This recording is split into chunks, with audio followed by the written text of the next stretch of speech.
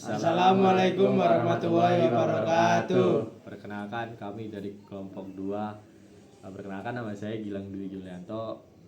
Perkenalkan nama saya Muhammad Rifa Elfiansyah. Perkenalkan nama saya Ahmad Varian Rosi. Di sini kami akan mempresentasikan Khulafaur Rasyidin dalam sejarah peradaban Islam. Yang pertama itu apa sih Khulafaur Rasyidin? Khulafaur Rasyidin itu terdiri dari dua kata, Al-Khulafa dan Ar-Rasyidin, yang memiliki makna pengganti-pengganti Rasul yang cendekiawan. Nah, pencetus dari julukan ini itu merupakan kaum muslimin yang paling dekat dengan Rasul setelah meninggalnya beliau. Nah, karena mereka berpandangan bahwa empat tokoh sepeninggalan Rasul itu merupakan orang yang selalu berada di sisi Rasul ketika beliau menjabat sebagai pemimpin peradaban masa Islam pada masa itu. Nah, lalu siapa saja sih Khulafaur Rasyidin itu? Yang pertama ada Abu Bakar As-Siddiq, Umar bin Khattab, Utsman bin Affan, dan Ali bin Abi Thalib. Nah, selanjutnya saya akan menjelaskan tentang Abu Bakar As-Siddiq. Abu Bakar As-Siddiq itu merupakan pemimpin Islam pertama setelah wafatnya baginda Rasulullah SAW. Abu Bakar itu dipilih menjadi pemimpin karena beliau itu merupakan sahabat yang paling dekat dengan Rasulullah. Selain itu, Abu Bakar juga merupakan orang yang sangat dipercaya oleh masyarakat sesuai julukannya, yaitu As-Siddiq. Abu Bakar itu memimpin pada periode 632 sampai 634 Masehi. Nah, apa saja sih peran dan kontribusi Abu Bakar As-Siddiq? Yang pertama itu memerintahkan pembebasan budak yang memeluk Islam untuk memperkuat kesatuan umat. Yang kedua, menegakkan pemerataan pajak yang adil dan matematik. Yang kedua, menegakkan pemerataan pajak yang adil dan memastikan penggunaannya untuk kesejahteraan umum. Yang ketiga, itu melaksanakan program sosial untuk membantu kaum miskin dan pengungsi. Yang keempat, meningkatkan kualitas pendidikan Islam agar berjalan dengan baik dan lancar. Yang kelima, mendorong pembangunan infrastruktur seperti jalan dan jembatan untuk meningkatkan kualitas hidup masyarakat. Kita akan melanjutkan presentasi dari kelompok 2, Umar bin Khattab. Umar bin Khattab merupakan keturunan dari kelas menengah, yakni keturunan Khattab dan Khotimah. Lahir di Mekah pada tahun 584 Masehi atau 13 tahun setelah kelahiran Nabi Muhammad SAW. Umar dikenal sebagai orang yang lembut namun tegas, berani, kuat, dan tinggi, serta merupakan perjuangan yang gagah dan berani.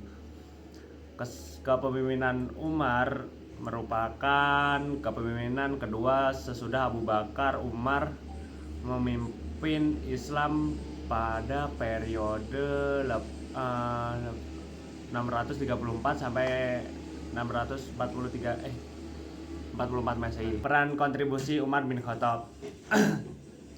Yang pertama, membentuk struktur pemerintahan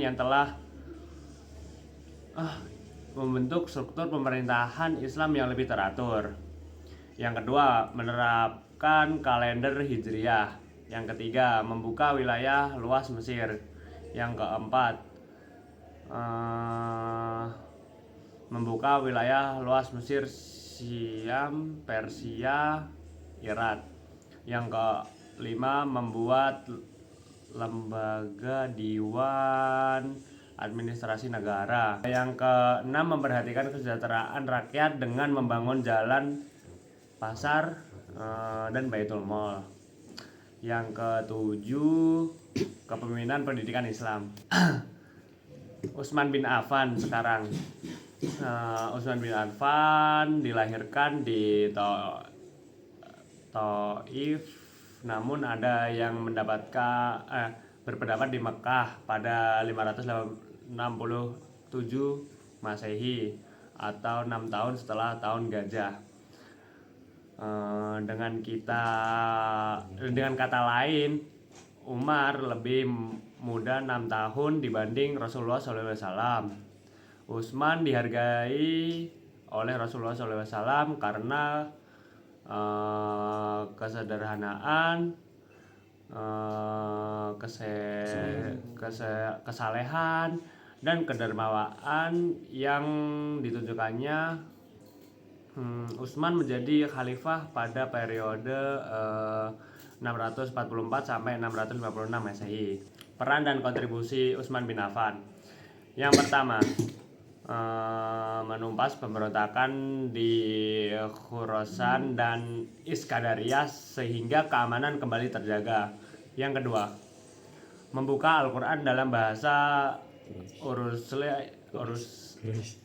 Quraisy untuk menghindari perbedaan bacaan, hasilnya dikenal sebagai Mushaf Utsmani. Yang ketiga, membentuk angkatan laut pertama yang dipimpin Abdullah bin Abi Sarah sehingga berhasil mengalahkan Romawi. Yang keempat, memperluas wilayah kekuasaan Islam ke Herat, Kabul, Gozani, Armenia, Tunisia, Siprus, Rhodes, dan Persia. Yang kelima, merenovasi Masjid Nabawi di Madinah agar lebih besar dan menampung banyak jamaah.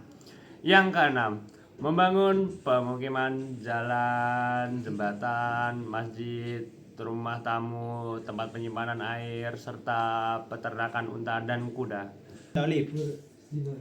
Ali bin Abi Thalib merupakan keturunan dari Bani Hashim, Kabiyah atau suku paling terhormat di Mekah pada saat itu, yaitu suku Quraisy.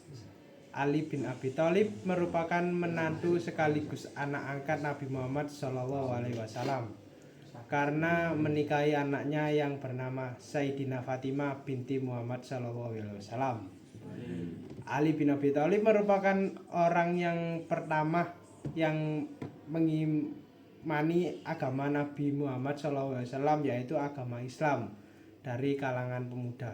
Dan kontribusi Ali bin Abi Thalib sendiri ialah yang pertama, yaitu memecat para gubernur yang diangkat oleh Utsman karena dianggap sebagai sumber fitnah. Yang kedua ialah mengambil kembali tanah dan hibah yang diberikan Utsman kepada kerabatnya untuk dikembalikan menjadi milik negara. Yang ketiga ialah mengembalikan sistem pajak tahunan yang pernah diterapkan oleh Umar bin Khattab. Yang keempat ialah membenahi dan menyusun ulang aset negara serta membentuk kantor kebendaraan atau yang biasa disebut Baitul Mal, dan kantor haji dan kantor pengawal atau biasa disebut sahib usurfah. Dan lainnya ialah mengorganisir kepolisian dan menetapkan tugas-tugas mereka, memperluas wilayah kekuasaan Islam, menegakkan hukum secara tegas tanpa pilih kasih, mengelola keuangan negara dengan prinsip keadilan, harta rakyat dikembalikan untuk kepentingan rakyat. Kesimpulannya ialah Khulafaur Rasyidin adalah tokoh penting yang meneruskan perjuangan Rasulullah SAW dalam memimpin umat. Abu Bakar berhasil menjaga keutuhan Islam setelah wafatnya Rasulullah, dan Umar membangun sistem pemerintahan yang kuat. Utsman menyatukan umat melalui kodifikasi Al-Quran, dan Ali ialah menegaskan keadilan serta ilmu pengetahuan.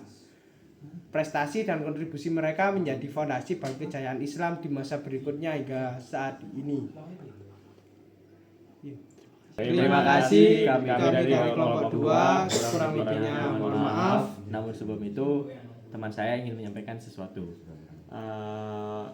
Mohon maaf bila kurang sempurna, karena kesempurnaan hanya milik kita bersama. Pas dulu. Oke. 1, 2, 3. Wassalamualaikum warahmatullahi wabarakatuh.